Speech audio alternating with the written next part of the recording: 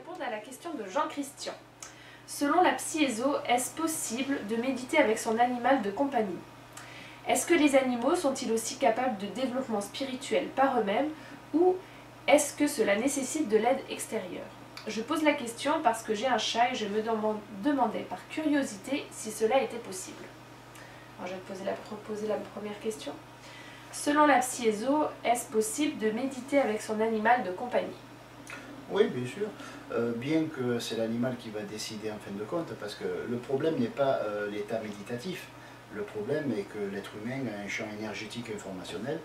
Donc dans le champ énergétique et informationnel, il y a des informations et de l'énergie. Ces informations sont faites pour l'être humain, pas pour les animaux, et l'énergie qui accompagne ces informations, qui leur prête vie, force et durée, comme on disait avant, ben, ce sont des énergies pour les humains, pas pour les animaux. Donc, quelque part, si vous faites l'expérience de méditer avec surtout un chat entre les mains, par exemple, ou un cochon d'Inde, ou que sais-je, n'importe quel animal, ben, à un moment donné, l'animal va donner des signes d'excitation, et il va partir. Il va sauter, il va partir, il va couiner, il va manifester son désaccord, on va dire. Pourquoi? Parce que on n'est pas que en méditation. Quand nous méditons, nous nous branchons sur des plans et nous recevons de l'énergie. On envoie de l'énergie, on reçoit de l'énergie, il y a des échanges d'énergie, des échanges d'informations, et l'animal, lui, a un niveau de vibratoire et informationnel et énergétique de prévu. Donc il ne faut pas trop mélanger, il ne faut pas non plus que nos énergies se mélangent trop aux leurs, parce que de toute manière, l'animal évolue à notre contact, mais à sa vitesse. Donc le fait, j'insiste là-dessus, à notre contact, mais à sa vitesse, c'est-à-dire qu'un professeur ne peut pas enseigner ses élèves comme il le veut lui. Il leur propose un enseignement et c'est les élèves qui, en fin de compte, ils réagissent favorablement ou pas. Il y a des élèves qui apprendront très vite, il y a des élèves qui apprendront jamais, pas du tout. Et il y a des élèves qui apprendront d'une manière relativement moyenne, on va dire. Voilà, il en va de même pour les animaux évoluant à notre contact, mais à leur vitesse, hein, c'est très important. On ne peut pas faire tout et n'importe quoi avec eux. Donc on peut leur proposer, entre guillemets, hein, c'est comme un homme avec une femme, il peut y faire des propositions, et c'est la femme qui va disposer en fin de compte. Donc on peut proposer à l'animal de le tenir dans les bras, de méditer, ou même de faire des exercices, bien que je déconseille les exercices sonores, hein, les mantras, tout ça, surtout avec les chats. Les chiens, ils n'aiment pas du tout. Voilà.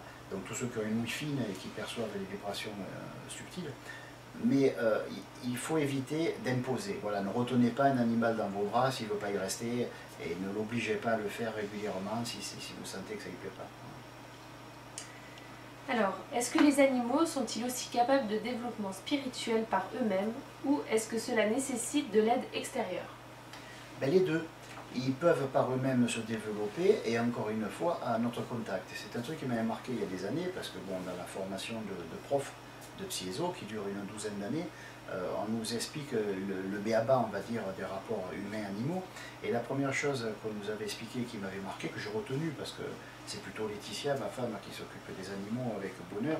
Moi, c'est pas que je les aime pas, je les adore, mais bon, c'est pas ma spécialité. Hein, voilà. Je préfère papoter avec les humains qui peuvent me répondre et auxquels je peux parler pendant des heures, en les saoulant si possible. Voilà.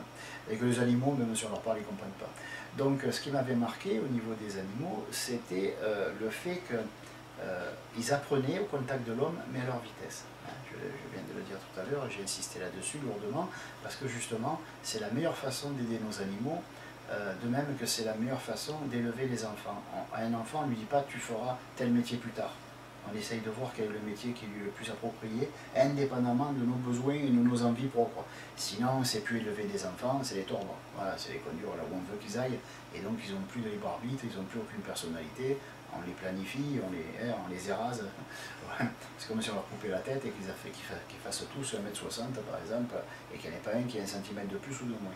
Voilà, donc les animaux, il faut les laisser se développer à leur vitesse. Le simple fait de les laisser nous côtoyer, par exemple, je sais pas moi, de caresser un chien, de lui prêter de l'attention, c'est lui qui va prendre l'énergie et l'information qui lui sont nécessaires. Mais il ne faut surtout pas essayer de transmettre selon nos goûts, selon nos vues, et surtout selon notre appréciation d'être humain. Ce sont des animaux, pas des humains. Voilà, c'est fini pour les questions. Nous te remercions et à bientôt.